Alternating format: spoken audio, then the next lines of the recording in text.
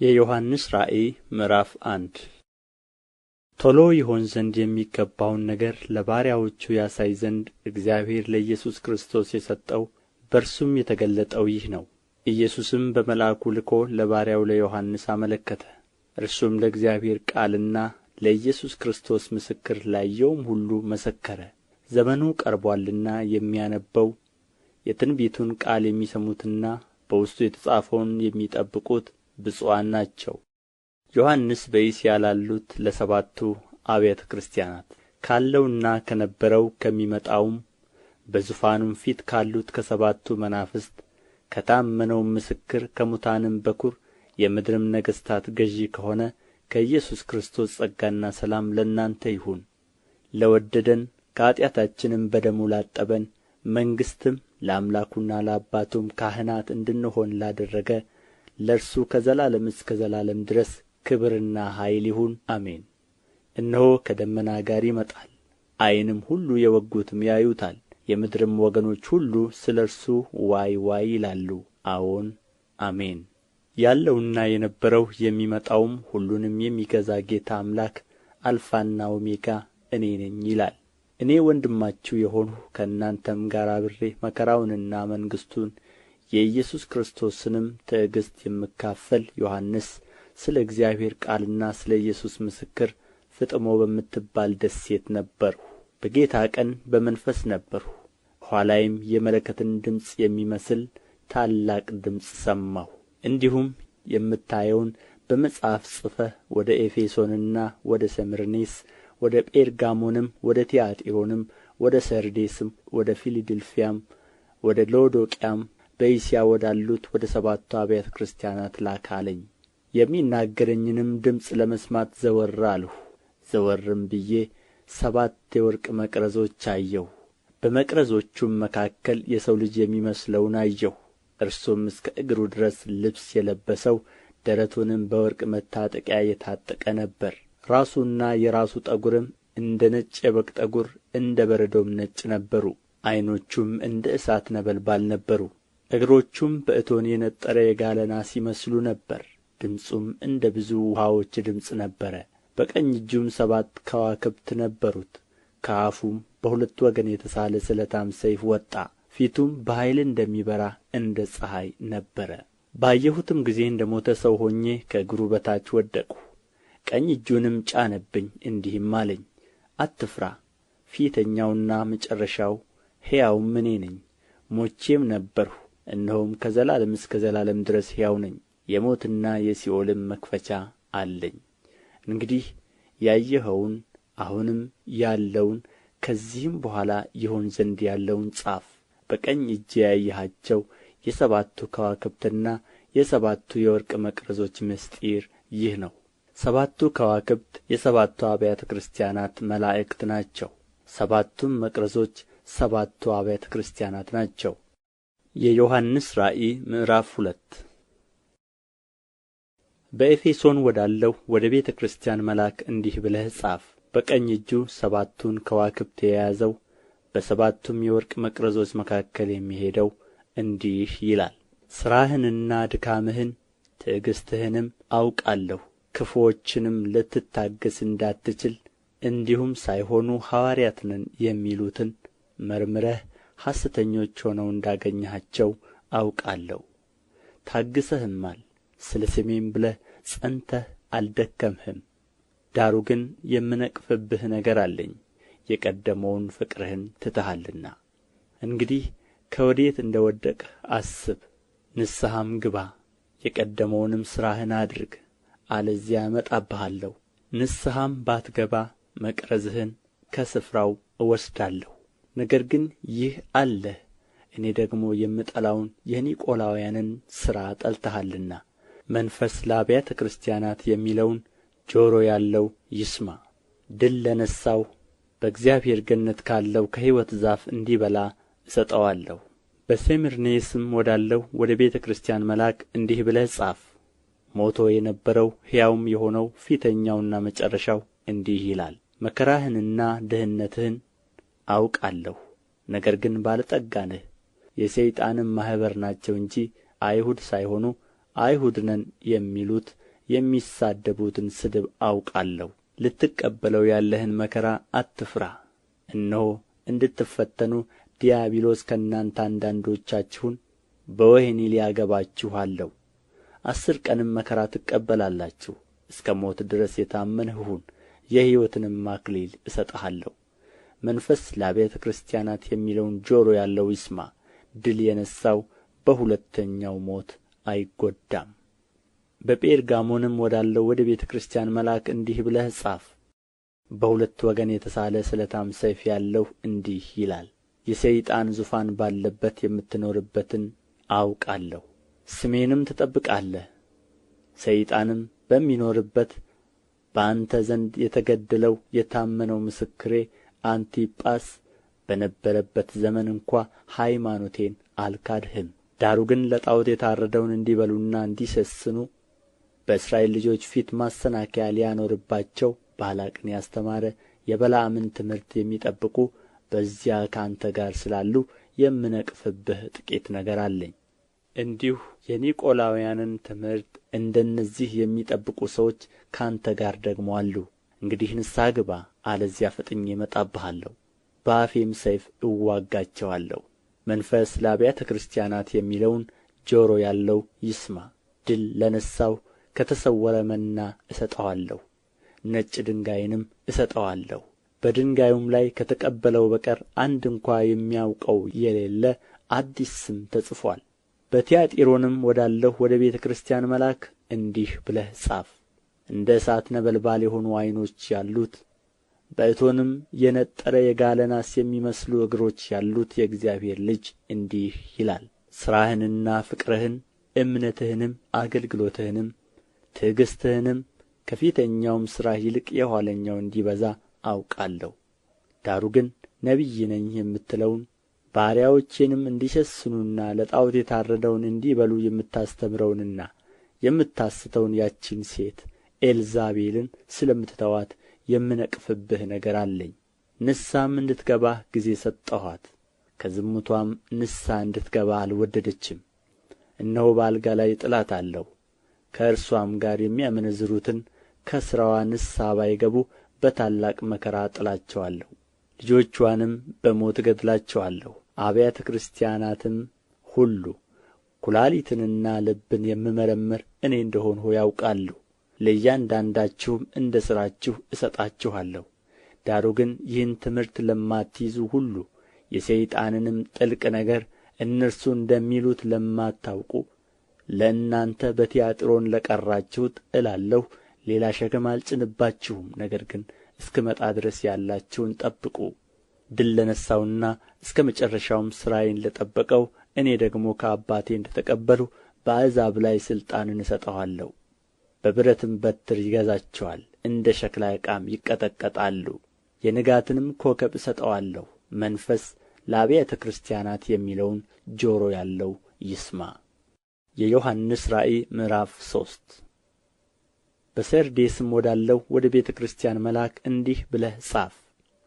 ሰባቱ የእግዚአብሔር መናፍስትና ሰባቱ ከዋክብት ያሉት እንዲህ ይላል፣ ሥራህን አውቃለሁ። ሕያው እንደ መሆንህ ስም አለህ፣ ሞተህማል። ሥራህን በአምላኬ ፊት ፍጹም ሆኖ አላገኘሁትምና የነቃህ ሁን፣ ሊሞቱም ያላቸውን የቀሩትን ነገሮች አጽና።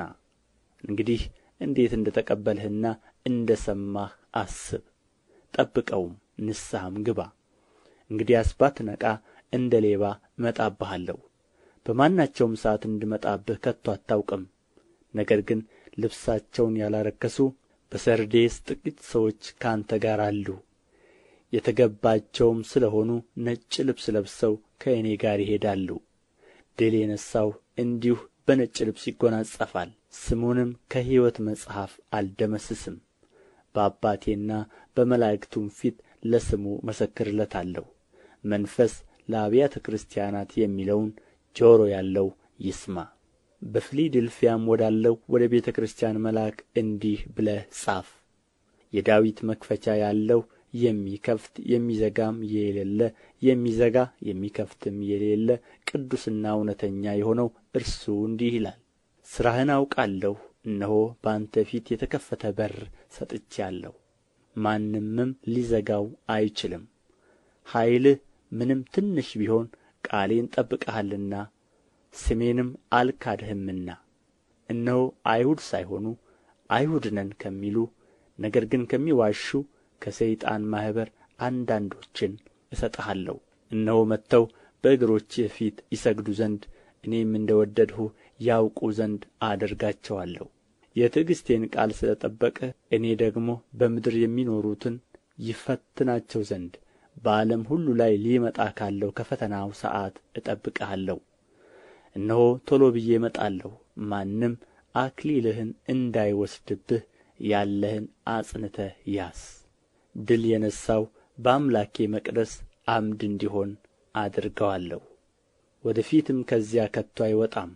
የአምላኬን ስምና የአምላኬን ከተማ ስም ማለት ከሰማይ ከአምላኬ ዘንድ የምትወርደውን አዲሲቱን ኢየሩሳሌምን አዲሱንም ስሜን በእርሱ ላይ ጽፋለሁ። መንፈስ ለአብያተ ክርስቲያናት የሚለውን ጆሮ ያለው ይስማ።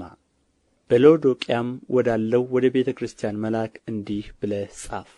አሜን የሆነው የታመነውና እውነተኛው ምስክር በእግዚአብሔርም ፍጥረት መጀመሪያ የነበረው እንዲህ ይላል። በራድ ወይም ትኩስ እንዳይደለ ሥራህን አውቃለሁ። በራድ ወይም ትኩስ ብትሆንስ መልካም በሆነ ነበር። እንዲሁ ለብ ስላልህ በራድም ወይም ትኩስ ስላልሆንህ ከአፌ ልተፋህ ነው። ሀብታም ነኝና ባለጠጋ ሆኛለሁ፣ አንድም እንኳ አያስፈልገኝም የምትል ስለ ሆንህ ጐስቋላና ምስኪን ድሃም ዕውርም የተራቆትህም መሆንህን ስለማታውቅ ባለጠጋ እንድትሆን በእሳት የነጠረውን ወርቅ ተጐናጽፈህም የራቁትነትህ ኀፍረት እንዳይገለጥ ነጭ ልብስን እንድታይም ዓይኖችን የምትኳለውን ኩል ከእኔ ትገዛ ዘንድ እመክርሃለሁ። እኔ የምወዳቸውን ሁሉ እገሥጻቸዋለሁ እቀጣቸውማለሁ። እንግዲህ ቅና ንስሐም ግባ። እነሆ በደጅ ቆሜ አንኳኳለሁ። ማንም ድምፄን ቢሰማ ደጁንም ቢከፍትልኝ ወደ እርሱ እገባለሁ፣ ከእርሱም ጋር እራት እበላለሁ፣ እርሱም ከእኔ ጋር ይበላል። እኔ ደግሞ ድል እንደ ነሣሁ ከአባቴም ጋር በዙፋኑ ላይ እንደ ተቀመጥሁ ድል ለነሣው ከእኔ ጋር በዙፋኔ ላይ ይቀመጥ ዘንድ እሰጠዋለሁ። መንፈስ ለአብያተ ክርስቲያናት የሚለውን ጆሮ ያለው ይስማ። የዮሐንስ ራእይ ምዕራፍ 4 ከዚያ በኋላም አየሁ፣ እነሆም በሰማይ የተከፈተ ደጅ እንደ መለከትም ሆኖ ሲናገረኝ የሰማሁት ፊተኛው ድምፅ ወደዚህ ውጣና ከዚህ በኋላ ሊሆን የሚያስፈልገውን ነገር አሳይሃለሁ አለ። ወዲያው በመንፈስ ነበርሁ፣ እነሆም ዙፋን በሰማይ ቆሞአል፣ በዙፋኑም ላይ ተቀማጭ ነበረ። ተቀምጦም የነበረው በመልኩ የኢያስጲድንና የሰርዲኖን ዕንቍ ይመስል ነበር። በመልኩም መረግድን የመሰለ ቀስተ ደመና በዙፋኑ ዙሪያ ነበረ። በዙፋኑ ዙሪያም 24 ዙፋኖች ነበሩ። በዙፋኖቹም ላይ ነጭ ልብስ ለብሰው በራሳቸውም የወርቅ አክሊል ደፍተው 24 ሽማግሌዎች ተቀምጠው ነበር። ከዙፋኑም መብረቅና ድምፅ ነጐድጓድም ይወጣል። በዙፋኑም ፊት 7 የእሳት መብራቶች ይበሩ ነበር። እነርሱም 7ቱ የእግዚአብሔር መናፍስት ናቸው። በዙፋኑም ፊት ብርሌ የሚመስል የብርጭቆ ባሕር ነበረ። በዙፋኑም መካከል በዙፋኑም ዙሪያ በፊትና በኋላ ዓይኖች የሞሉአቸው 4 እንስሶች ነበሩ። ፊተኛውም እንስሳ አንበሳን ይመስላል፣ ሁለተኛውም እንስሳ ጥጃን ይመስላል፣ ሦስተኛውም እንስሳ እንደ ሰው ፊት ነበረው፣ አራተኛውም እንስሳ የሚበረውን ንስር ይመስላል። 4ቱም እንስሶች እያንዳንዳቸው 6 ክንፎች አሉአቸው። በዙሪያቸውና በውስጣቸውም ዓይኖች ሞልተውባቸዋል። ቅዱስ ቅዱስ ቅዱስ የነበረውና ያለው የሚመጣውም ሁሉን የሚገዛ ጌታ አምላክ እያሉ ቀንና ሌሊት አያርፉም። እንስሶቹም በዙፋን ላይ ለተቀመጠው ከዘላለምም እስከ ዘላለም በሕይወት ለሚኖረው ለእርሱ ክብርና ውዳሴ ምስጋናም በሰጡት ጊዜ 24ቱ ሽማግሌዎች በዙፋን ላይ በተቀመጠው ፊት ወድቀው ከዘላለም እስከ ዘላለም በሕይወት ለሚኖረው እየሰገዱ ጌታችንና አምላካችን ሆይ አንተ ሁሉን ፈጥረሃልና ስለ ፈቃድህም ሆነዋልና ተፈጥረውማልና ክብር፣ ውዳሴ፣ ኃይልም ልትቀበል ይገባሃል እያሉ በዙፋኑ ፊት አክሊላቸውን ያኖራሉ። የዮሐንስ ራእይ ምዕራፍ 5 በዙፋኑም ላይ በተቀመጠው በቀኝ እጁ ላይ በውስጥና በኋላ የተጻፈበት በሰባትም ማኅተም የተዘጋ መጽሐፍን አየሁ። ብርቱም መልአክ መጽሐፉን ይዘረጋ ዘንድ ማኅተሞቹንም ይፈታ ዘንድ የሚገባው ማን ነው ብሎ በታላቅ ድምፅ ሲያውጅ አየሁ። በሰማይም ቢሆን በምድርም ላይ ቢሆን ከምድርም በታች ቢሆን መጽሐፉን ሊዘረጋ ወይም ሊመለከተው ማንም አልተቻለውም። መጽሐፉንም ሊዘረጋ ወይም ሊመለከተው የሚገባው ማንም ስላልተገኘ እጅግ አለቀስሁ። ከሽማግሌዎቹም አንዱ አታልቅስ፣ እነሆ ከይሁዳ ነገድ የሆነው አንበሳ እርሱም የዳዊት ሥር መጽሐፉን ይዘረጋ ዘንድ ሰባቱንም ማኅተም ይፈታ ዘንድ ድል ነሥቶአል አለኝ። በዙፋኑና በአራቱ እንስሶች መካከልም በሽማግሌዎችም መካከል እንደ ታረደ በግ ቆሞ አየሁ። ሰባትም ቀንዶችና ሰባት ዓይኖች ነበሩት። እነርሱም ወደ ምድር ሁሉ የተላኩ የእግዚአብሔር መናፍስት ናቸው። መጥቶም በዙፋኑ ላይ ከተቀመጠ ከዚያ ከቀኝ እጁ መጽሐፉን ወሰደው። መጽሐፉንም በወሰደ ጊዜ አራቱ እንስሶችና 24ቱ ሽማግሌዎች በበጉ ፊት ወደቁ። እያንዳንዳቸውም በገናንና የቅዱሳን ጸሎት የሆነ ዕጣን የሞላበትን የወርቅ ዕቃ ያዙ። መጽሐፉን ትወስድ ዘንድ ማኅተሞቹንም ትፈታ ዘንድ ይገባሃል፣ ታርደሃልና በደምህም ለእግዚአብሔር ከነገድ ሁሉ ከቋንቋም ሁሉ ከወገንም ሁሉ ከሕዝብም ሁሉ ሰዎችን ዋጅተህ ለአምላካችን መንግሥትና ካህናት የሆኑ ዘንድ አደረግሃቸው፣ በምድርም ላይ ይነግሣሉ እያሉ አዲስን ቅኔ ይዘምራሉ። አየሁም፣ በዙፋኑም በእንስሶቹም በሽማግሌዎቹም ዙሪያ የብዙ መላእክትን ድምፅ ሰማሁ። ቁጥራቸውም አእላፋት ጊዜ አእላፋትና ሺህ ጊዜ ሺህ ነበረ። በታላቅም ድምፅ የታረደው በግ ኃይልና ባለጠግነት፣ ጥበብም፣ ብርታትም፣ ክብርም፣ ምስጋናም፣ በረከትም ሊቀበል ይገባዋል አሉ። በሰማይና በምድርም ከምድርም በታች በባሕርም ላይ ያለ ፍጥረት ሁሉ በእነርሱም ውስጥ ያሉ ሁሉ በረከትና ክብር ምስጋናም ኃይልም ከዘላለም እስከ ዘላለም በዙፋኑ ላይ ለተቀመጠው ለበጉ ይሁን ሲሉ ሰማሁ። አራቱም እንስሶች አሜን አሉ። ሽማግሌዎቹም ወድቀው ሰገዱ። የዮሐንስ ራእይ ምዕራፍ 6 በጉም ከሰባቱ ማኅተም አንዱን በፈታ ጊዜ አየሁ። ከአራቱም እንስሶች አንዱ ነጐድጓድ በሚመስል ድምፅ መጥተህ እይ ሲል ሰማሁ። አየሁም፣ እነሆም አምባላይ ፈረስ ወጣ። በእርሱም ላይ የተቀመጠው ቀስት ነበረው፣ አክሊልም ተሰጠው። ድልም እየነሣ ወጣ፣ ድል ለመንሣት። ሁለተኛውንም ማኅተም በፈታ ጊዜ ሁለተኛው እንስሳ መጥተህ እይ ሲል ሰማሁ። ሌላም ዳማ ፈረስ ወጣ። በእርሱም ላይ ለተቀመጠው ሰላምን ከምድር ይወስድ ዘንድ ሰዎችም እርስ በርሳቸው እንዲተራረዱ ሥልጣን ተሰጠው። ታላቅም ሰይፍ ተሰጠው። ሦስተኛውንም ማኅተም በፈታ ጊዜ ሦስተኛው እንስሳ መጥተህ እይ ሲል ሰማሁ። አየሁም፣ እነሆም ጕራቻ ፈረስ ወጣ።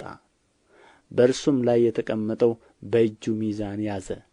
በአራቱም እንስሶች መካከል ድምፅ፣ አንድ እርቦ ስንዴ በዲናር 3 እርቦ ገብስም በዲናር ዘይትንና ወይንንም አትጕዳ ሲል ሰማሁ። አራተኛውንም ማኅተም በፈታ ጊዜ የአራተኛው እንስሳ ድምፅ መጥተህ እይ ሲል ሰማሁ።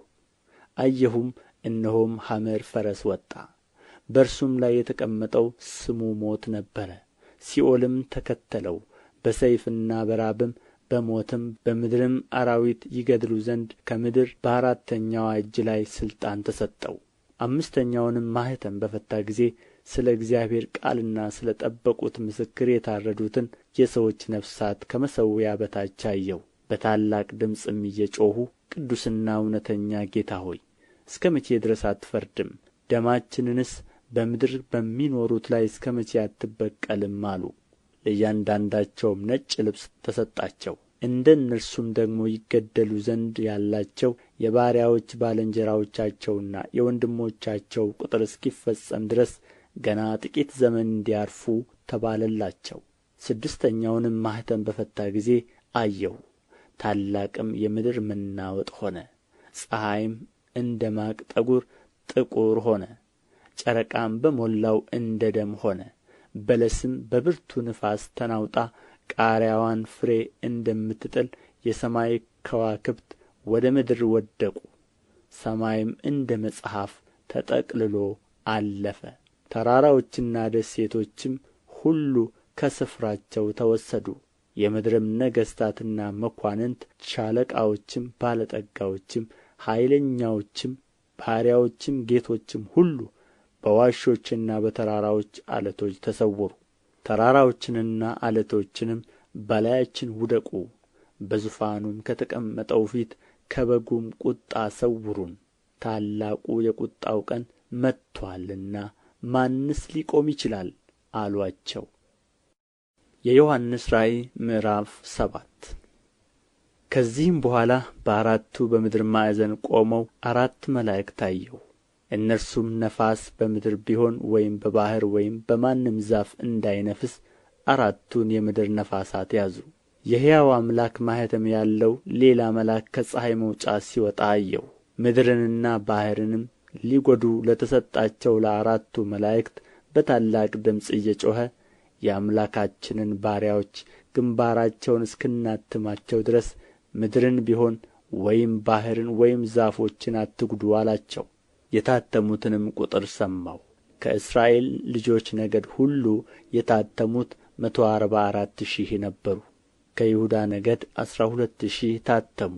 ከሮቤል ነገድ 12,000፣ ከጋድ ነገድ 12,000፣ ከአሴር ነገድ 12,000፣ ከንፍታሌም ነገድ 12,000፣ ከምናሴ ነገድ 12,000፣ ከስምዖን ነገድ 12,000፣ ከሌዊ ነገድ 12,000፣ ከይሳኮር ነገድ 12,000፣ ከዛብሎን ነገድ 12,000፣ ከዮሴፍ ነገድ 12,000፣ ከብንያም ነገድ 12,000 ታተሙ። ከዚህ በኋላ አየሁ፣ እነሆም አንድ እንኳ ሊቈጥራቸው የማይችል ከሕዝብና ከነገድ ከወገንም ከቋንቋም ሁሉ እጅግ ብዙ ሰዎች ነበሩ። ነጭ ልብስም ለብሰው የዘንባባንም ዝንጣፊዎች በእጃቸው ይዘው በዙፋኑና በበጉ ፊት ቆሙ። በታላቅም ድምፅ እየጮኹ በዙፋኑ ላይ ለተቀመጠው ለአምላካችንና ለበጉ ማዳን ነው አሉ። መላእክቱም ሁሉ በዙፋኑና በሽማግሌዎቹ በአራቱም እንስሶቹ ዙሪያ ቆመው ነበር። በዙፋኑም ፊት በግምባራቸው ተደፉ፣ ለእግዚአብሔርም እየሰገዱ አሜን፣ በረከትና ክብር ጥበብም ምስጋናም ውዳሴም ኃይልም ብርታትም ከዘላለም እስከ ዘላለም ድረስ ለአምላካችን ይሁን አሜን አሉ። ከሽማግሌዎቹም አንዱ ተመልሶ እነዚህ ነጩን ልብስ የለበሱ እነማን ናቸው? ከወዴትስ መጡ አለኝ። እኔም ጌታ ሆይ አንተ ታውቃለህ አልሁት። አለኝም እነዚህ ከታላቁ መከራ የመጡ ናቸው፣ ልብሳቸውንም አጥበው በበጉ ደም አነጹ። ስለዚህ በእግዚአብሔር ዙፋን ፊት አሉ፣ ሌሊትና ቀንም በመቅደሱ ያመልኩታል። በዙፋኑም ላይ የተቀመጠው በእነርሱ ላይ ያድርባቸዋል። ከእንግዲህ ወዲህ አይራቡም፣ ከእንግዲህም ወዲህ አይጠሙም። ፀሐይም ትኩሳትም ሁሉ ከቶ አይወርድባቸውም። በዙፋኑ መካከል ያለው በጉ እረኛቸው ይሆናልና ወደ ሕይወትም ውኃ ምንጭ ይመራቸዋልና እግዚአብሔርም እንባዎችን ሁሉ ከዓይናቸው ያብሳል። የዮሐንስ ራእይ ምዕራፍ 8 ሰባተኛውንም ማኅተም በፈታ ጊዜ እኩል ሰዓት የሚያህል ዝምታ በሰማይ ሆነ። በእግዚአብሔርም ፊት የሚቆሙትን ሰባቱን መላእክት አየሁ። ሰባትም መለከት ተሰጣቸው። ሌላም መልአክ መጣና የወርቅ ጥና ይዞ በመሠዊያው አጠገብ ቆመ። በዙፋኑም ፊት ባለው በወርቅ መሠዊያ ላይ ለቅዱሳን ሁሉ ጸሎት እንዲጨምረው ብዙ ዕጣን ተሰጠው። የዕጣኑም ጢስ ከቅዱሳን ጸሎት ጋር በመልአኩ እጅ በእግዚአብሔር ፊት ወጣ። መልአኩም ጥናውን ይዞ የመሠዊያውን እሳት ሞላበት፣ ወደ ምድርም ጣለው። ነጐድጓድና ድምፅም መብረቅም መናወጥም ሆነ። ሰባቱንም መለከት የያዙ ሰባቱ መላእክት ሊነፉ ተዘጋጁ። ፊተኛውም መልአክ ነፋ፣ ደምም የተቀላቀለበት በረዶና እሳት ሆነ፣ ወደ ምድርም ተጣለ። የምድርም ሲሶው ተቃጠለ፣ የዛፎችም ሲሶው ተቃጠለ፣ የለመለመም ሣር ሁሉ ተቃጠለ። ሁለተኛውም መልአክ ነፋ፣ በእሳት የሚቃጠል ታላቅ ተራራን የሚመስል ነገር በባሕር ተጣለ። የባሕርም ሲሶው ደም ሆነ። በባሕርም ከሚኖሩ ሕይወት ካላቸው ፍጥረቶች ሲሶው ሞተ። የመርከቦችም ሲሶው ጠፋ። ሦስተኛውም መልአክ ነፋ። እንደ ችቦም የሚቃጠል ታላቅ ኮከብ ከሰማይ ወደቀ፣ በወንዞችና በውኃ ምንጮች ሲሶ ላይ ወደቀ። የኮከቡም ስም እሬቶ ይባላል። የውኃውም ሲሶ መራራ ሆነ። መራራም ስለ ተደረገ በውኃው ጠንቅ ብዙ ሰዎች ሞቱ። አራተኛውም መልአክ ነፋ። የፀሐይ ሲሶና የጨረቃ ሲሶ የከዋክብትም ሲሶ ተመታ። የእነዚህ ሲሶ ይጨልም ዘንድ የቀንም ሲሶው እንዳያበራ እንዲሁም የሌሊት። አየሁም አንድም ንስር ከሰማይ መካከል እየበረረ በታላቅ ድምፅ ሊነፉ ያላቸው የሦስቱ መላእክት መለከት ስለሚቀረው ድምፅ በምድር ላይ ለሚኖሩት ወዮላቸው ወዮላቸው ወዮላቸው ሲል ሰማሁ። የዮሐንስ ራእይ ምዕራፍ 9።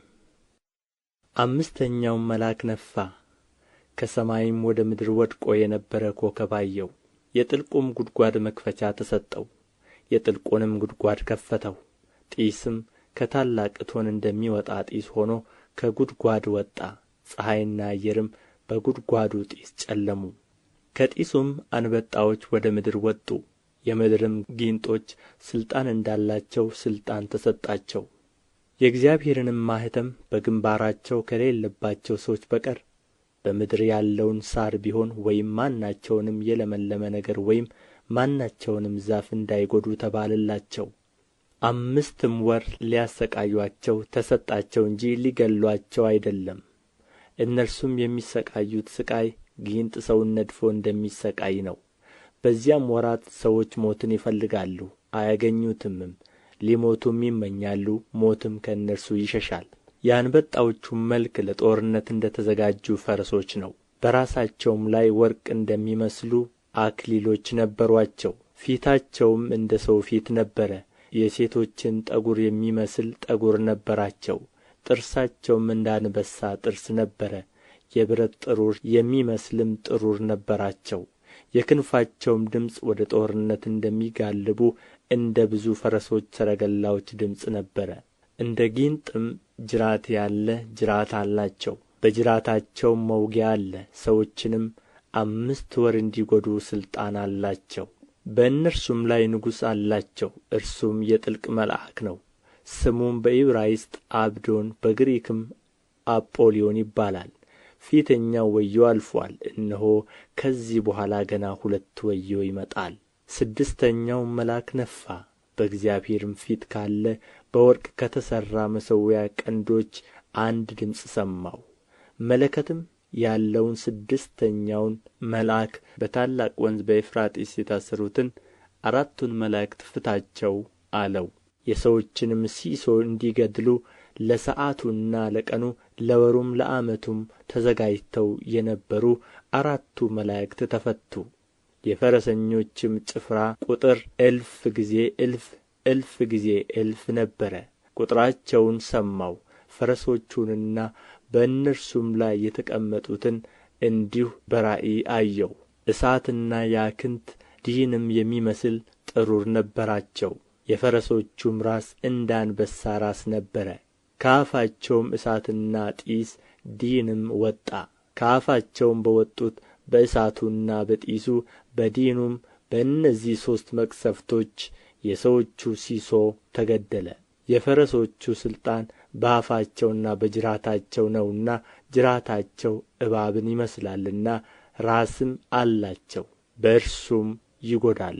በእነዚህም መቅሰፍቶች ያልተገደሉት የቀሩቱ ሰዎች ለአጋንንትና ያዩ ወይም ይሰሙ ወይም ይሄዱ ዘንድ ለማይችሉ ከወርቅና ከብር ከናስም ከድንጋይም ከእንጨትም ለተሠሩ ለጣዖቶች እንዳይሰግዱ ስለ እጃቸው ሥራ ንስሐ አልገቡም። ስለ መግደላቸውም ቢሆን ወይም ስለ አስማታቸው ወይም ስለ ዝሙታቸው ወይም ስለ ስርቆታቸው ንስሐ አልገቡም።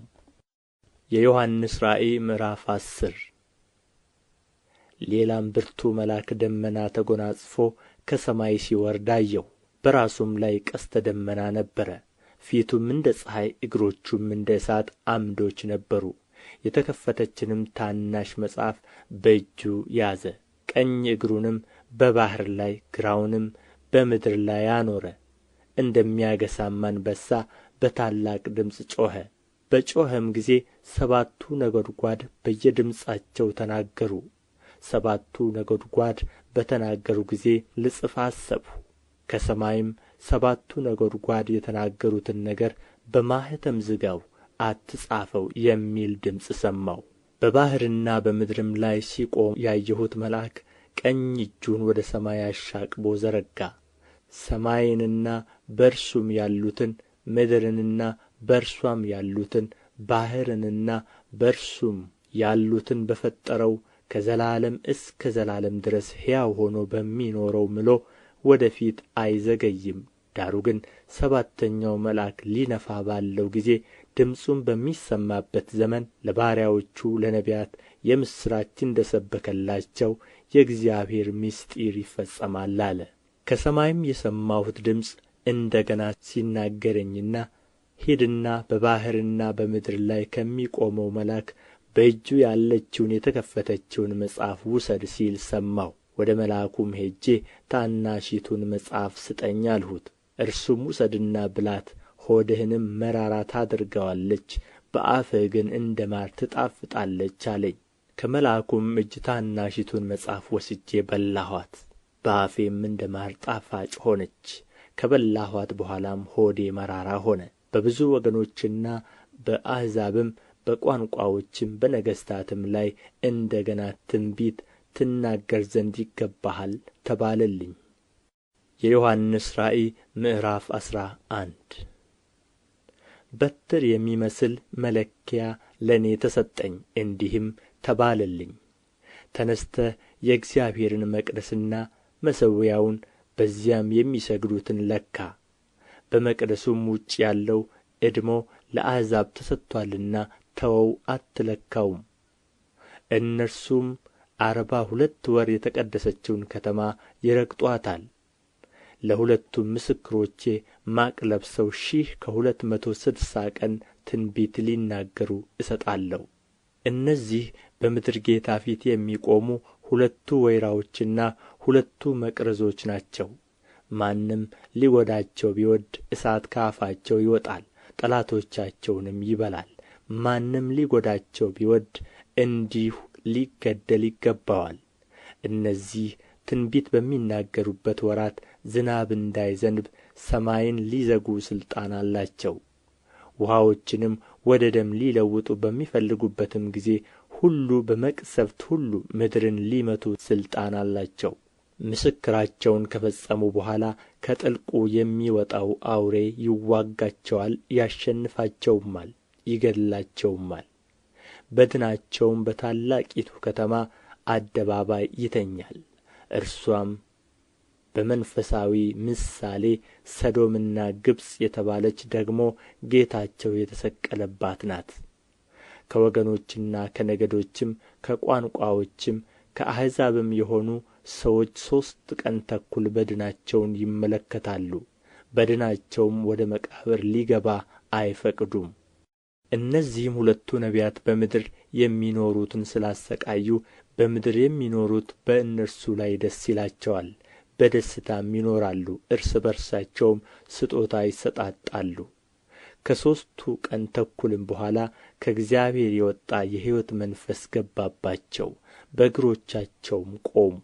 ታላቅም ፍርሃት በሚመለከቱት ላይ ወደቀባቸው። በሰማይም ወደዚህ ውጡ የሚላቸውን ታላቅ ድምፅ ሰሙ። ጠላቶቻቸውም እየተመለከቱአቸው ወደ ሰማይ በደመና ወጡ። በዚያም ሰዓት ታላቅ የምድር መናወጥ ሆነ። ከከተማይቱም 10ኛው እጅ ወደቀ።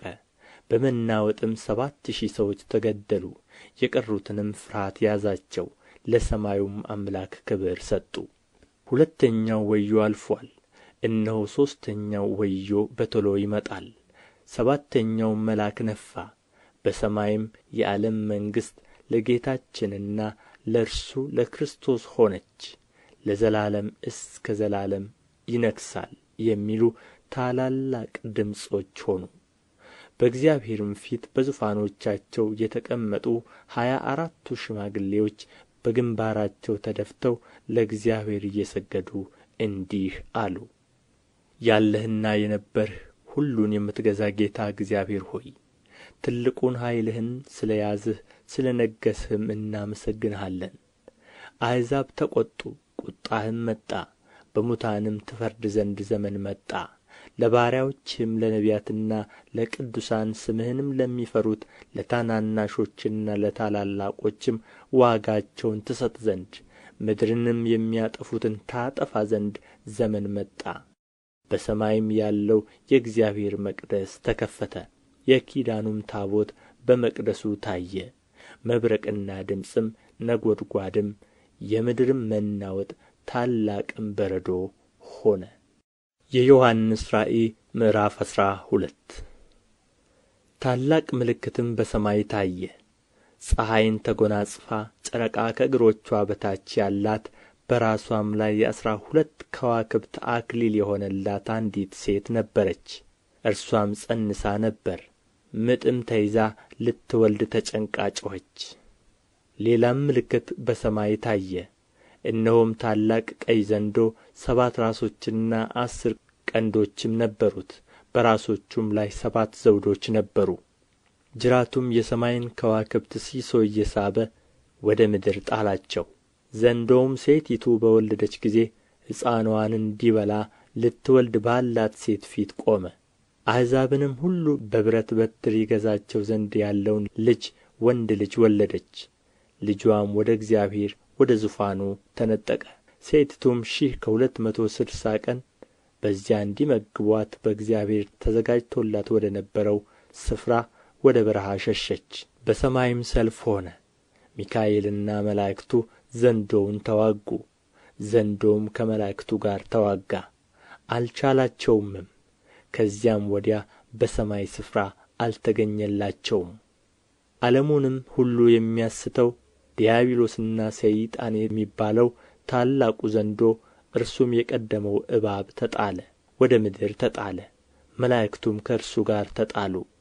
ታላቅም ድምፅ በሰማይ ሰማሁ እንዲህ ሲል፣ አሁን የአምላካችን ማዳንና ኃይል መንግሥትም የክርስቶስም ሥልጣን ሆነ። ቀንና ሌሊት በአምላካችን ፊት የሚከሳቸው የወንድሞቻችን ከሳሽ ተጥሎአልና እነርሱም ከበጉ ደም የተነሣ ከምስክራቸውም ቃል የተነሣ ድል ነሡት፣ ነፍሳቸውንም እስከ ሞት ድረስ አልወደዱም። ስለዚህ ሰማይና በውስጡ የምታድሩ ሆይ ደስ ይበላችሁ፣ ለምድርና ለባሕር ወዮላቸው። ዲያብሎስ ጥቂት ዘመን እንዳለው አውቆ በታላቅ ቍጣ ወደ እናንተ ወርዶአልና። ዘንዶውም ወደ ምድር እንደ ተጣለ ባየ ጊዜ ወንድ ልጅ የወለደችውን ሴት አሳደዳት። ከእባቡም ፊት ርቃ አንድ ዘመን ዘመናትም የዘመንም እኩሌታ ወደምትመገብበት ወደ ስፍራዋ ወደ በረሃ እንድትበር ለሴቲቱ 2 የታላቁ ንስር ክንፎች ተሰጣት። እባቡም ሴቲቱ በወንዝ እንድትወሰድ ሊያደርግ ወንዝ የሚያህል ውኃ ከአፉ በስተ ኋላዋ አፈሰሰ። ምድሪቱም ሴቲቱን ረዳቻት። ምድሪቱም አፍዋን ከፍታ ዘንዶው ከአፉ ያፈሰሰውን ወንዝ ዋጠችው። ዘንዶውም በሴቲቱ ላይ ተቈጥቶ የእግዚአብሔርን ትእዛዝ የሚጠብቁትን የኢየሱስም ምስክር ያላቸውን ከዘርዋ የቀሩትን ሊዋጋ ሄደ፣ በባሕርም አሸዋ ላይ ቆመ። የዮሐንስ ራእይ ምዕራፍ 13 አንድም አውሬ ከባሕር ሲወጣ አየሁ። 10 ቀንዶችና 7 ራሶች ነበሩት። በቀንዶቹም ላይ 10 ዘውዶች፣ በራሶቹም ላይ የስድብ ስም ነበረ። ያየሁትም አውሬ ነብር ይመስል ነበር። እግሮቹም እንደ ድብ እግሮች፣ አፉም እንደ አንበሳ አፍ ነበሩ። ዘንዶም ኃይሉንና ዙፋኑን ትልቅም ሥልጣን ሰጠው።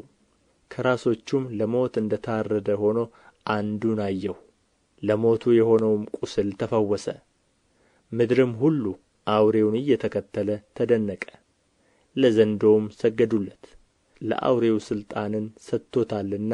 ለአውሬውም አውሬውን ማን ይመስለዋል? እርሱንስ ሊዋጋ ማን ይችላል? እያሉ ሰገዱለት። ታላቅንም ነገርና ስድብን የሚናገርበት አፍ ተሰጠው። በ42 ወርም እንዲሠራ ሥልጣን ተሰጠው። እግዚአብሔርንም ለመሳደብ ስሙንና ማደሪያውንም በሰማይም የሚያድሩትን ሊሳደብ አፉን ከፈተ። ቅዱሳንንም ይዋጋ ዘንድ ድልም ያደርጋቸው ዘንድ ተሰጠው። በነገድና በወገንም በቋንቋም በሕዝብም ሁሉ ላይ ሥልጣን ተሰጠው። ከዓለምም ፍጥረት ጀምሮ በታረደው በግ ሕይወት መጽሐፍ ስሞቻቸው ያልተጻፉ በምድር የሚኖሩ ሁሉ ይሰግዱለታል። ጆሮ ያለው ቢኖር ይስማ። ይማረክ ዘንድ ያለው ማንም ቢኖር ወደ ምርኮነት ይሄዳል። በሰይፍ የሚገደል ማንም ቢኖር ራሱ በሰይፍ እንዲገደል ይገባዋል። የቅዱሳን ትዕግሥትና እምነት በዚህ ነው። ሌላም አውሬ ከምድር ሲወጣ አየሁ። የበግ ቀንዶችን የሚመስሉ 2 ቀንዶች ነበሩት፣ እንደ ዘንዶም ይናገር ነበር። በፊተኛውም አውሬ ሥልጣን በእርሱ ፊት ሁሉን ያደርጋል። ለሞቱ የሆነውም ቍስል ተፈወሰለት። ለፊተኛው አውሬ ምድርና በእርሱ የሚኖሩት እንዲሰግዱለት ያደርጋል። እሳትንም እንኳ ከሰማይ ወደ ምድር በሰው ፊት እስኪያወርድ ድረስ ታላላቆችን ምልክቶች ያደርጋል። በአውሬውም ፊት ያደርግ ዘንድ ከተሰጡት ምልክቶች የተነሣ በምድር የሚኖሩትን ያስታል። የሰይፍም ቍስል ለነበረውና በሕይወት ለኖረው ለአውሬው ምስልን እንዲያደርጉ በምድር የሚኖሩትን ይናገራል። የአውሬውም ምስል ሊናገር እንኳ ለአውሬውም ምስል የማይሰግዱለትን ሁሉ ሊያስገድላቸው ለአውሬው ምስል ትንፋሽ እንዲሰጠው ተሰጠው። ታናናሾችና ታላላቆችም፣ ባለጠጋዎችና ድሆችም፣ ጌታዎችና ባሪያዎችም ሁሉ በቀኝ እጃቸው ወይም በግንባራቸው ምልክትን እንዲቀበሉ የአውሬውም ስም ወይም የስሙ ቍጥር ያለው ምልክት የሌለበት ማንም ሊገዛ ወይም ሊሸጥ እንዳይችል ያደርጋል። ጥበብ በዚህ አለ። አእምሮ ያለው የአውሬውን ቍጥር ይቍጠረው፣ ቍጥሩ የሰው ቍጥር ነውና፣ ቍጥሩም 666 ነው። የዮሐንስ ራእይ ምዕራፍ 14 አየሁም፣ እነሆም በጉ በጽዮን ተራራ ቆሞ ነበር። ከእርሱም ጋር ስሙና የአባቱ ስም በግንባራቸው የተጻፈላቸው 144,000 ነበሩ። እንደ ብዙ ውኃም ድምፅና እንደ ታላቅ ነጐድጓድ ድምፅ ያለ ከሰማይ ድምፅን ሰማሁ። ደርዳሪዎችም በገና እንደሚደረድሩ ያለ ድምፅ ሰማሁ። በዙፋኑም ፊት ከአራቱም እንስሶችና በሽማግሌዎቹ ፊት አዲስ ቅኔ ዘመሩ። ከምድርም ከተዋጁት ከ144,000 በቀር ያን ቅኔ ሊማር ለማንም አልተቻለውም። ከሴቶች ጋር ያልረከሱ እነዚህ ናቸው፣ ድንግሎች ናቸውና። በጉ ወደሚሄድበት የሚከተሉት እነዚህ ናቸው። ለእግዚአብሔርና ለበጉ በኵራት እንዲሆኑ ከሰዎች የተዋጁ እነዚህ ናቸው። በአፋቸውም ውሸት አልተገኘም፣ ነውር የለባቸውም። በምድርም ለሚኖሩ ለሕዝብም ለነገድም ለቋንቋም ለወገንም ሁሉ ይሰብክ ዘንድ የዘላለም ወንጌል ያለው ሌላ መልአክ ከሰማይ መካከል ሲበርር አየሁ። በታላቅ ድምፅም የፍርዱ ሰዓት ደርሶአልና እግዚአብሔርን ፍሩ፣ ክብርንም ስጡት፣ ሰማይንና ምድርንም ባሕርንም የውኃንም ምንጮች ለሠራው ስገዱለት አለ። ሌላም ሁለተኛ መልአክ አሕዛብን ሁሉ የዝሙትዋን ቍጣ ወይን ጠጅ እያጠጣች ታላቂቱ ባቢሎን ወደቀች ወደቀች እያለ ተከተለው። ሦስተኛም መልአክ ተከተላቸው በታላቅ ድምፅ እንዲህ እያለ፣ ለአውሬውና ለምስሉ የሚሰግዱ በግንባሩም ወይም በእጁ ምልክቱን የሚቀበል ማንም ቢኖር እርሱ ደግሞ በቍጣው ጽዋ ሳይቀላቀል ከተዘጋጀው ከእግዚአብሔር ቍጣ ወይን ጠጅ ይጠጣል።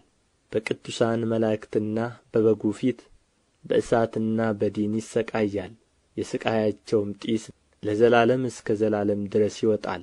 ለአውሬውና ለምስሉም የሚሰግዱ የስሙንም ምልክት የሚቀበል ሁሉ ቀንና ሌሊት ዕረፍት የላቸውም። የእግዚአብሔርን ትእዛዝ የሚጠብቁት ኢየሱስንም በማመን የሚጸኑት ቅዱሳን ትዕግሥታቸው በዚህ ነው። ከሰማይም ከእንግዲህ ወዲህ በጌታ የሚሞቱ ሙታን ብፁዓን ናቸው። መንፈስ አዎን ከድካማቸው ያርፉ ዘንድ ሥራቸውም ይከተላቸዋል ይላል ብለህ ጻፍ የሚል ድምፅ ሰማሁ። አየሁም፣ እነሆም ነጭ ደመና፣ በደመናውም ላይ የሰውን ልጅ የሚመስል ተቀምጦአል። በራሱም ላይ የወርቅ አክሊል፣ በእጁም ስለታም ማጭድ ነበረው። ሌላ መልአክም ከመቅደሱ ወጥቶ በደመናው ላይ ለተቀመጠው የማጨድ ሰዓት ስለ ደረሰ ማጭድህን ስደድና እጨድ፣ የምድሪቱ መከር ጠውልጓልና ብሎ በታላቅ ድምፅ ጮኸ።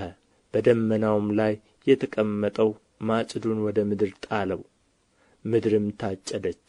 ሌላ መልአክም በሰማይ ካለው መቅደስ ወጣ። እርሱም ደግሞ ስለታም ማጭድ ነበረው። በእሳትም ላይ ሥልጣን ያለው ሌላ መልአክ ከመሠዊያው ወጥቶ ስለታም ማጭድ ያለውን ዘለላዎቹ ፈጽመው በስለዋልና ስለታሙን ማጭድህን ስደድና በምድር ያለውን የወይን ዛፍ ዘለላዎች ቍረጥ ብሎ በታላቅ ድምፅ ጠራ። መልአኩም ማጭዱን ወደ ምድር ጣለው። በምድርም ካለው ከወይን ዛፍ ቈርጦ ወደ ታላቁ ወደ እግዚአብሔር ቍጣ መጥመቂያ ጣለ። የወይኑም መጥመቂያ ከከተማ ውጭ ተረገጠ። እስከ ፈረሶች ልጓም የሚደርስ ደም ርቀቱ 1600 ምዕራፍ ሆኖ ከመጥመቂያው ወጣ። የዮሐንስ ራእይ ምዕራፍ 15 ሌላም ታላቅና ድንቅ ምልክት በሰማይ አየሁ።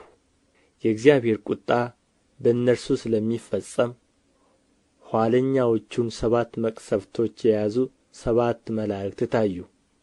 በእሳትም የተቀላቀለውን የብርጭቆ ባሕር የሚመስለውን አየሁ።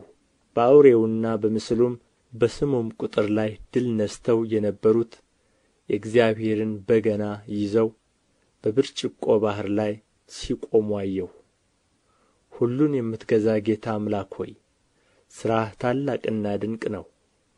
የአሕዛብ ንጉሥ ሆይ መንገድህ ጻድቅና እውነተኛ ነው። ጌታ ሆይ የማይፈራህና ስምህን የማያከብር ማን ነው?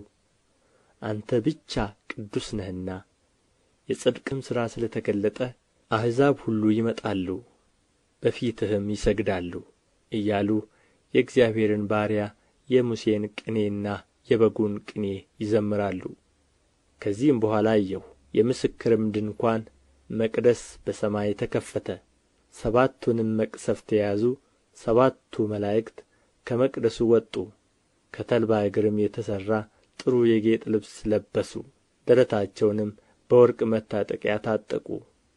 ከአራቱም እንስሶች አንዱ ከዘላለም እስከ ዘላለም ድረስ የሚኖር የእግዚአብሔር ቍጣ የሞላባቸውን 7 የወርቅ ጽዋዎች ለ7ቱ መላእክት ሰጣቸው። ከእግዚአብሔርም ክብርና ከኃይሉ ጢስ በመቅደሱ ሞላበት። የ7ቱም መላእክት 7ቱ መቅሰፍት እስኪፈጸሙ ድረስ አንድ እንኳ ወደ መቅደሱ ይገባ ዘንድ አልቻለም። የዮሐንስ ራእይ ምዕራፍ 16 ለ7ቱም መላእክት ሄዳችሁ የእግዚአብሔርን ቍጣ ጽዋዎች በምድር ውስጥ አፍስሱ የሚል ታላቅ ድምፅ ከመቅደሱ ሰማሁ። ፊተኛውም ሄዶ ጽዋውን በምድር ውስጥ አፈሰሰ። የአውሬውም ምልክት ባለባቸው ለምስሉም በሚሰግዱ ሰዎች ክፉኛ የሚነዘንዝ ቍስል ሆነባቸው። ሁለተኛውም ጽዋውን በባሕር ውስጥ አፈሰሰ፣ እንደ ሞተም ሰው ደም ሆነ።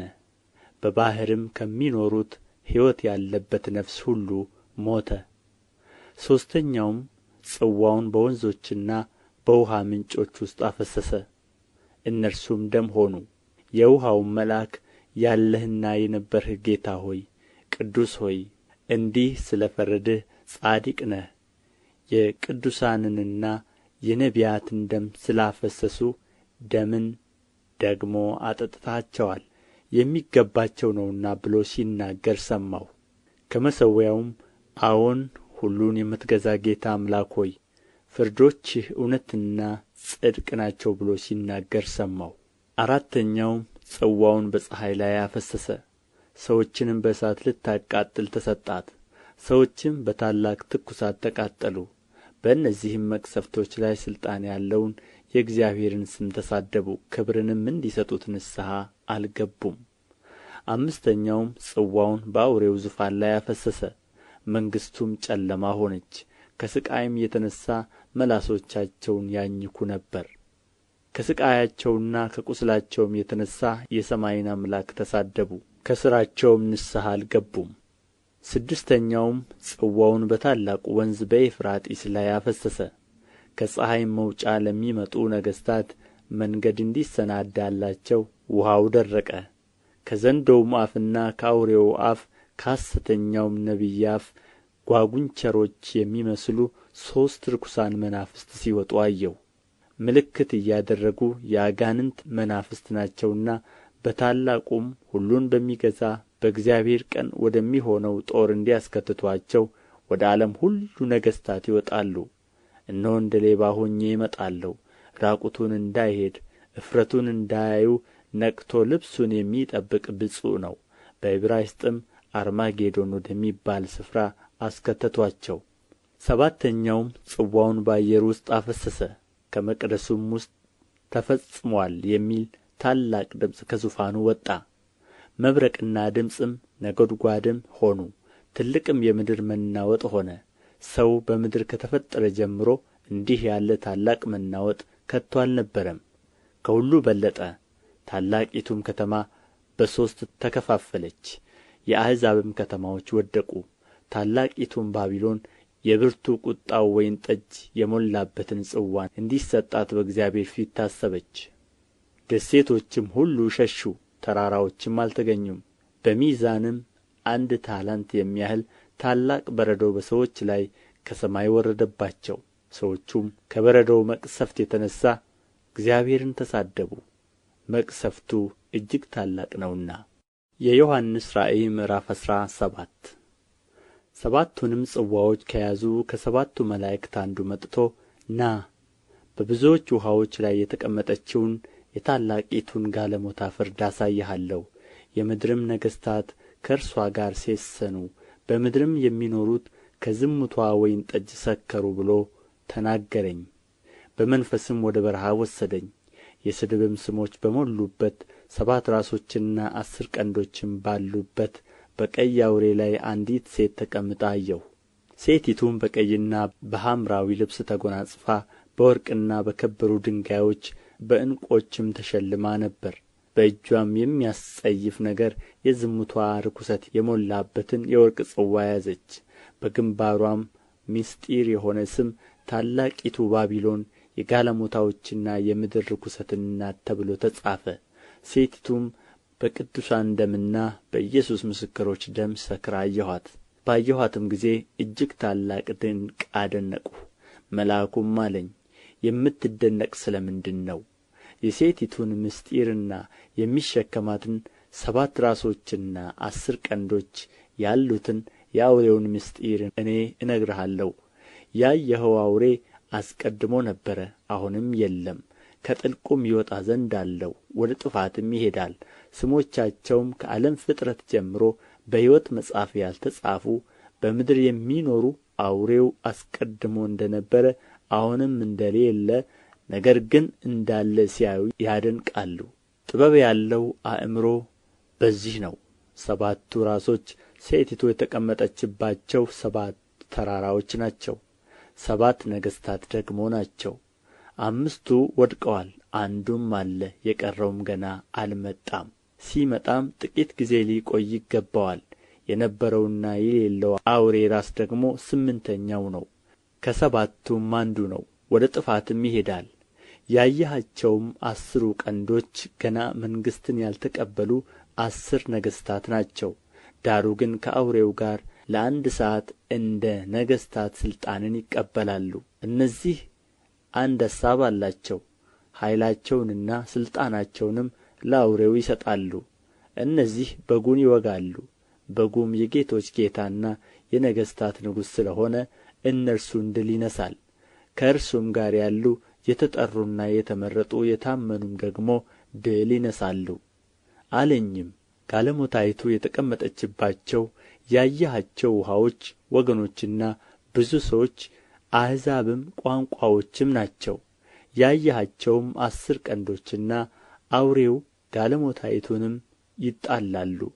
ባዶዋንና ራቁትዋንም ያደርጓታል፣ ሥጋዋንም ይበላሉ፣ በእሳትም ያቃጥሉአታል። እግዚአብሔር አሳቡን እንዲያደርጉ አንድንም አሳብ እንዲያደርጉ የእግዚአብሔርም ቃል እስኪፈጸም ድረስ መንግሥታቸውን ለአውሬው እንዲሰጡ በልባቸው አግብቶአልና። ያየሃትም ሴት በምድር ነገሥታት ላይ የምትነግሥ ታላቂቱ ከተማ ናት። የዮሐንስ ራእይ ምዕራፍ 18 ከዚህ በኋላ ታላቅ ሥልጣን ያለው ሌላ መልአክ ከሰማይ ሲወርድ አየሁ። ከክብሩም የተነሣ ምድር በራች፣ በብርቱም ድምፅ ታላቂቱ ባቢሎን ወደቀች ወደቀች፣ የአጋንንትም ማደሪያ ሆነች፣ የርኩሳንም መናፍስት ሁሉ መጠጊያ፣ የርኩሳንና የተጠሉ ወፎች ሁሉ መጠጊያ ሆነች። አሕዛብ ሁሉ ከዝሙትዋ ቁጣ ወይን ጠጅ የተነሣ ወድቀዋልና፣ የምድርም ነገሥታት ከእርስዋ ጋር ሴሰኑ። የምድርም ነጋዴዎች ከቅምጥልነትዋ ኃይል የተነሣ ባለጠጋዎች ሆኑ ብሎ ጮኸ። ከሰማይም ሌላ ድምፅ ሰማሁ እንዲህ ሲል፣ ሕዝቤ ሆይ በኃጢአትዋ እንዳትተባበሩ ከመቅሰፍትዋም እንዳትቀበሉ ከእርስዋ ዘንድ ውጡ። ኃጢአትዋ እስከ ሰማይ ድረስ ደርሶአልና፣ እግዚአብሔርም ዓመፃዋን አሰበ። እርስዋ እንደ ሰጠች መጠን ብድራት መልሱላት፣ እንደ ሥራዋም 2 እጥፍ ደርቡባት። በቀላቀለችው ጽዋ 2 እጥፍ አድርጋችሁ ቀላቅሉባት። ራስዋን እንዳከበረችና እንደ ተቀማጠለች ልክ ሥቃይና ኀዘን ስጡአት። በልብዋ ንግሥት ሆኜ እቀመጣለሁ፣ ባልቴትም አልሆንም፣ ኀዘንም ከቶ አላይም ስላለች፣ ስለዚህ በአንድ ቀን ሞትና ኀዘን ራብም የሆኑ መቅሰፍቶችዋ ይመጣሉ። በእሳትም ትቃጠላለች፣ የሚፈርድባት እግዚአብሔር ብርቱ ነውና። ከእርሷም ጋር የሴሰኑና የተቀማጠሉ የምድር ነገሥታት የመቃጠልዋን ጢስ ሲያዩ ስለ እርሷ ዋይ ዋይ እያሉ ያለቅሳሉ። ሥቃይዋን ከመፍራት የተነሣ በሩቅ ቆመው አንቺ ታላቂቱ ከተማ፣ ብርቱይቱ ከተማ ባቢሎን ወዮልሽ ወዮልሽ፣ በአንድ ሰዓት ፍርድሽ ደርሶአልና እያሉ ይናገራሉ። የመርከባቸውንም ጭነት ከእንግዲህ ወዲህ የሚገዛ የለምና የምድር ነጋዴዎች ያለቅሱላታል ያዝኑላትማል። ጭነትም ወርቅና ብር፣ የከበረም ድንጋይ፣ ዕንቁም፣ ቀጭንም የተልባ እግር፣ ቀይም ሐርም ሐምራዊም ልብስ፣ የሚሸትም እንጨት ሁሉ፣ ከዝሆን ጥርስም የተሠራ ዕቃ ሁሉ፣ እጅግም ከከበረ እንጨት፣ ከናስም ከብረትም ከዕብነ በረድም የተሠራ ዕቃ ሁሉ፣ ቀረፋም ቅመምም የሚቃጠልም ሽቱ፣ ቅባትም ዕጣንም፣ የወይን ጠጅም ዘይትም፣ የተሰለቀ ዱቄትም፣ ስንዴም፣ ከብትም፣ በግም፣ ፈረስም፣ ሰረገላም፣ ባሪያዎችም የሰዎችም ነፍሳት ነው። ነፍስሽም የጎመጀችው ፍሬ ከአንቺ ዘንድ አልፎአል። የሚቀማጠልና የሚያጌጥም ነገር ሁሉ ጠፍቶብሻል። ሰዎችም ከእንግዲህ ወዲህ ከቶ አያገኟቸውም። እነዚህን የነገዱ በእርሷም ባለጠጋዎች የሆኑት እያለቀሱና እያዘኑ በቀጭን ተልባ እግርና በቀይ ሐምራዊም ልብስ ለተጐናጸፈች በወርቅና በከበረ ድንጋይም በዕንቁም ለተሸለመች ለታላቂቱ ከተማ ወዮላት ወዮላት፣ ይህን የሚያህል ታላቅ ባለጠግነት በአንድ ሰዓት ጠፍቶአልና እያሉ ሥቃይዋን ከመፍራት የተነሣ በሩቅ ይቆማሉ። የመርከብም መሪ ሁሉ በመርከብም ወደ ማናቸውም ስፍራ የሚሄድ ሁሉ መርከበኞችም ከባሕርም የሚጠቀሙ ሁሉ በሩቅ ቆሙ።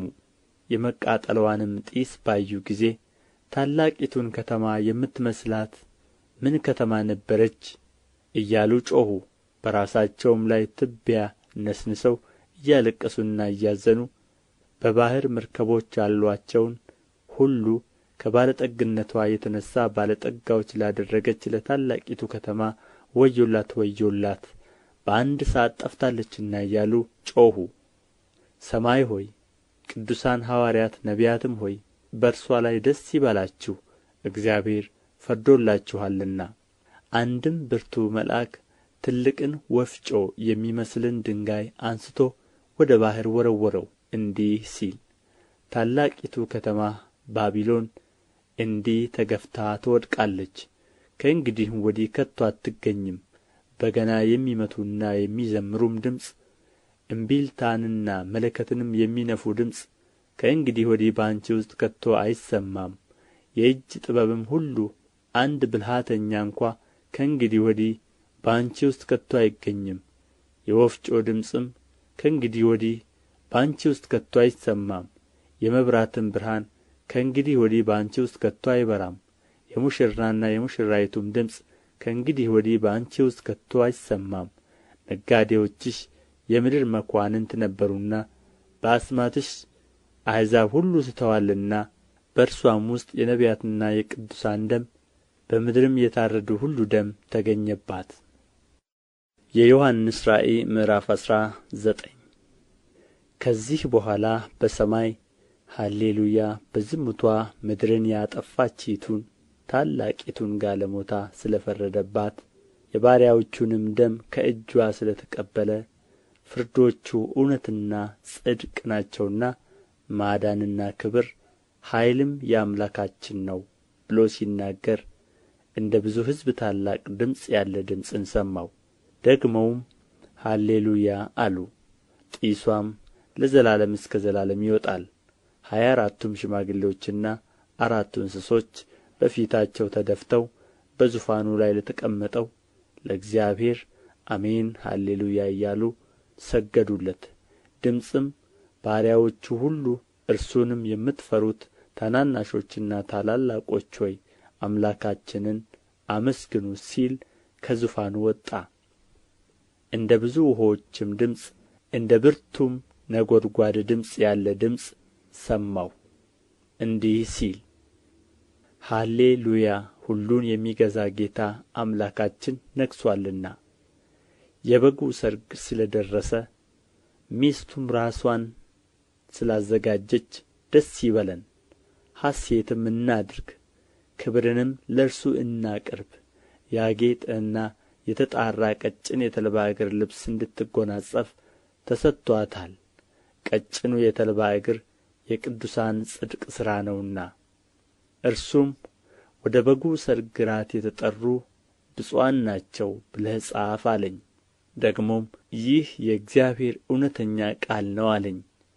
ልሰግድለትም በእግሩ ፊት ተደፋሁ። እርሱም እንዳታደርገው ተጠንቀቅ፣ ከአንተ ጋር የኢየሱስም ምስክር ካላቸው ከወንድሞችህ ጋር አብሬ ባሪያ ነኝ። ለእግዚአብሔር ስገድ፣ የኢየሱስ ምስክር የትንቢት መንፈስ ነውና አለኝ። ሰማይም ተከፍቶ አየሁ፣ እነሆም አምባላይ ፈረስ፣ የተቀመጠበትም የታመነና እውነተኛ ይባላል፣ በጽድቅም ይፈርዳል ይዋጋልም።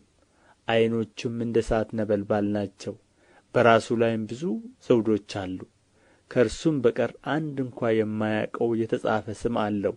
በደምም የተረጨ ልብስ ተጐናጽፎአል፣ ስሙም የእግዚአብሔር ቃል ተብሎአል።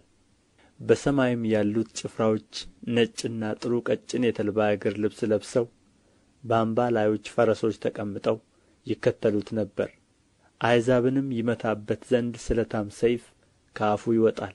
እርሱም በብረት በትር ይገዛቸዋል። እርሱም ሁሉን የሚገዛ የእግዚአብሔር የብርቱ ቍጣውን ወይን መጥመቂያ ይረግጣል። በልብሱና በጭኑም የተጻፈበት የነገሥታት ንጉሥና የጌታዎች ጌታ የሚል ስም አለው። አንድም መልአክ በፀሐይ ውስጥ ቆሞ አየሁ። በሰማይም መካከል ለሚበሩ ወፎች ሁሉ መጥታችሁ የነገሥታትን ሥጋና የሻለቃዎችን ሥጋ የብርቱዎችንም ሥጋ የፈረሶችንም በእነርሱም የተቀመጡትን ሥጋ የጌታዎችንና የባሪያዎችንም የታናናሾችንና የታላላቆችንም ሁሉ ሥጋ እንድትበሉ ወደ ታላቁ ወደ እግዚአብሔር እራት ተከማቹ ብሎ በታላቅ ድምፅ ጮኸ። በፈረሱም የተቀመጠውን ጭፍራዎቹንም ይወጉ ዘንድ አውሬውና የምድር ነገሥታት ጭፍራዎቻቸውም ተከማችተው አየሁ። አውሬውም ተያዘ፣ በእርሱም ፊት ተአምራትን እያደረገ የአውሬውን ምልክት የተቀበሉትን ለምስሉም የሰገዱትን ያሳተ ሐሰተኛው ነቢይ ከእርሱ ጋር ተያዘ።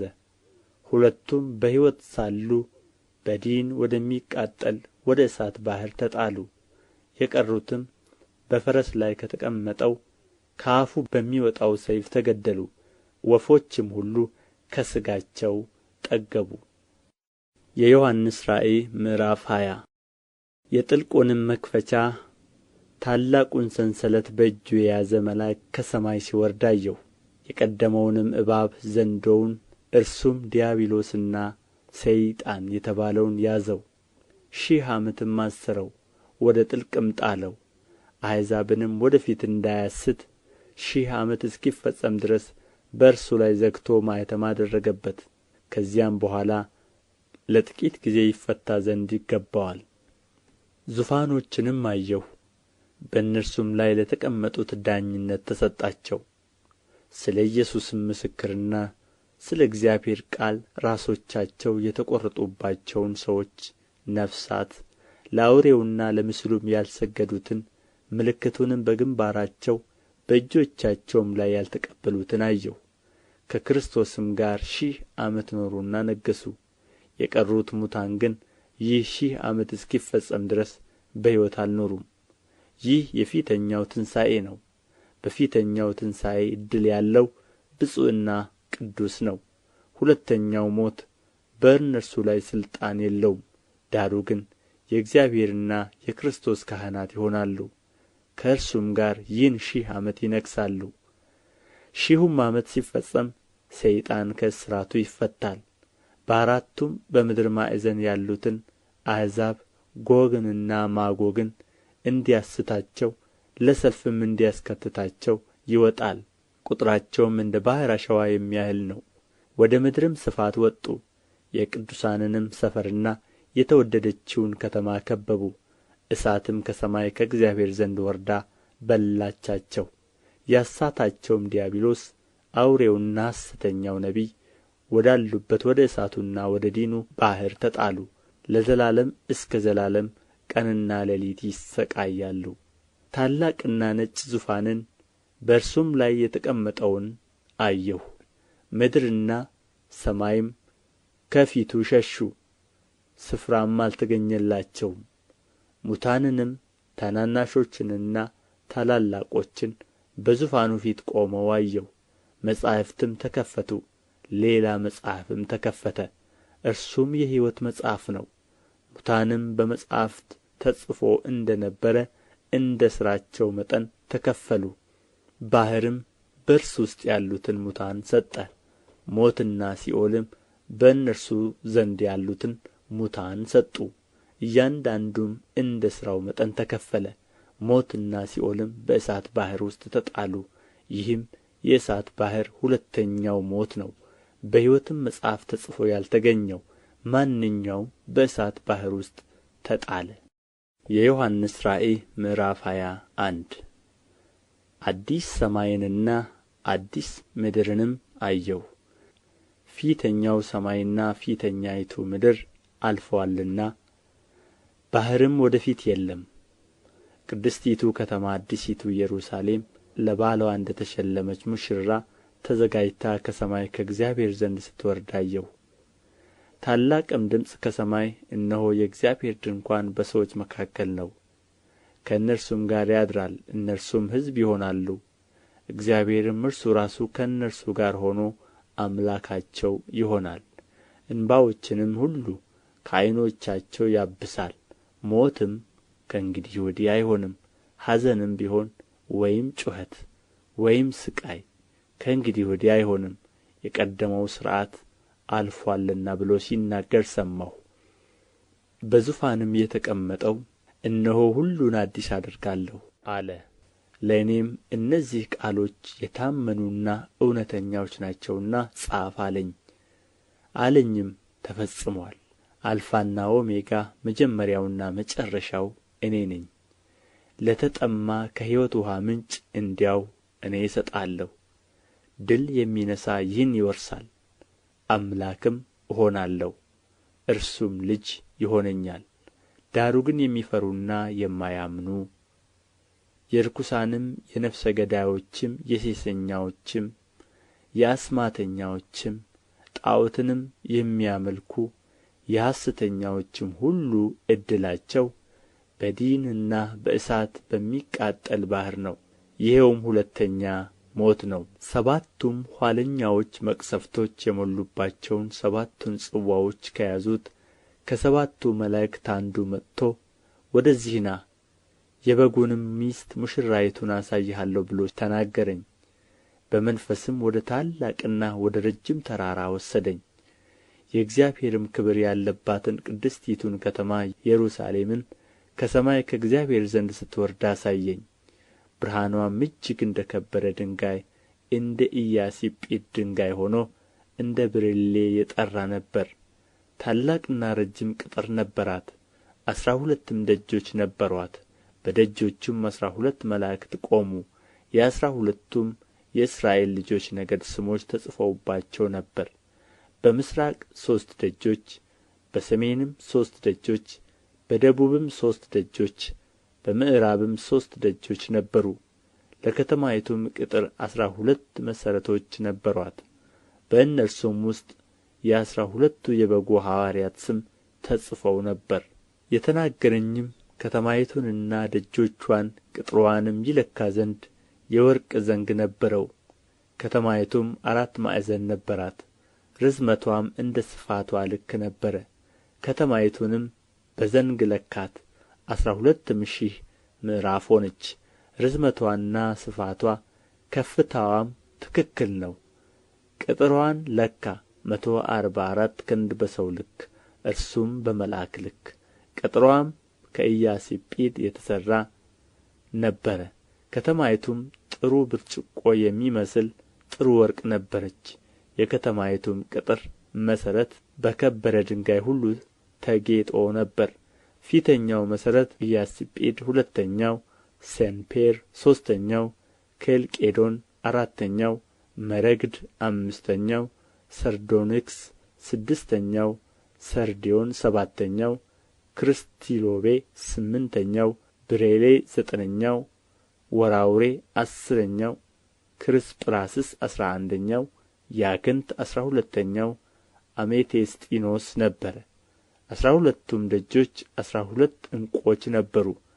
እያንዳንዱ ደጅ ከአንድ ዕንቍ የተሠራ ነበረ። የከተማይቱም አደባባይ ጥሩ ብርጭቆ የሚመስል ጥሩ ወርቅ ነበረ። ሁሉንም የሚገዛ ጌታ አምላክና በጉ መቅደስዋ ናቸውና መቅደስ በእርሷ ዘንድ አላየሁም። ለከተማይቱም የእግዚአብሔር ክብር ስለሚያበራላት መብራቷም በጉ ስለ ሆነ ፀሐይ ወይም ጨረቃ እንዲያበሩላት አያስፈልጓትም ነበር። አሕዛብም በብርሃንዋ ይመላለሳሉ፣ የምድርም ነገሥታት ክብራቸውን ወደ እርሷ ያመጣሉ።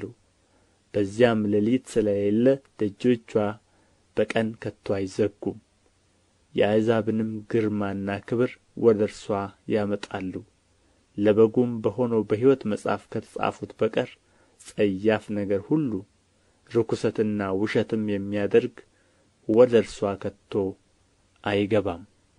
የዮሐንስ ራእይ ምዕራፍ 22 በአደባባይዋም መካከል ከእግዚአብሔርና ከበጉ ዙፋን የሚወጣውን እንደ ብርሌ የሚያንጸባርቀውን የሕይወትን ውኃ ወንዝ አሳየኝ።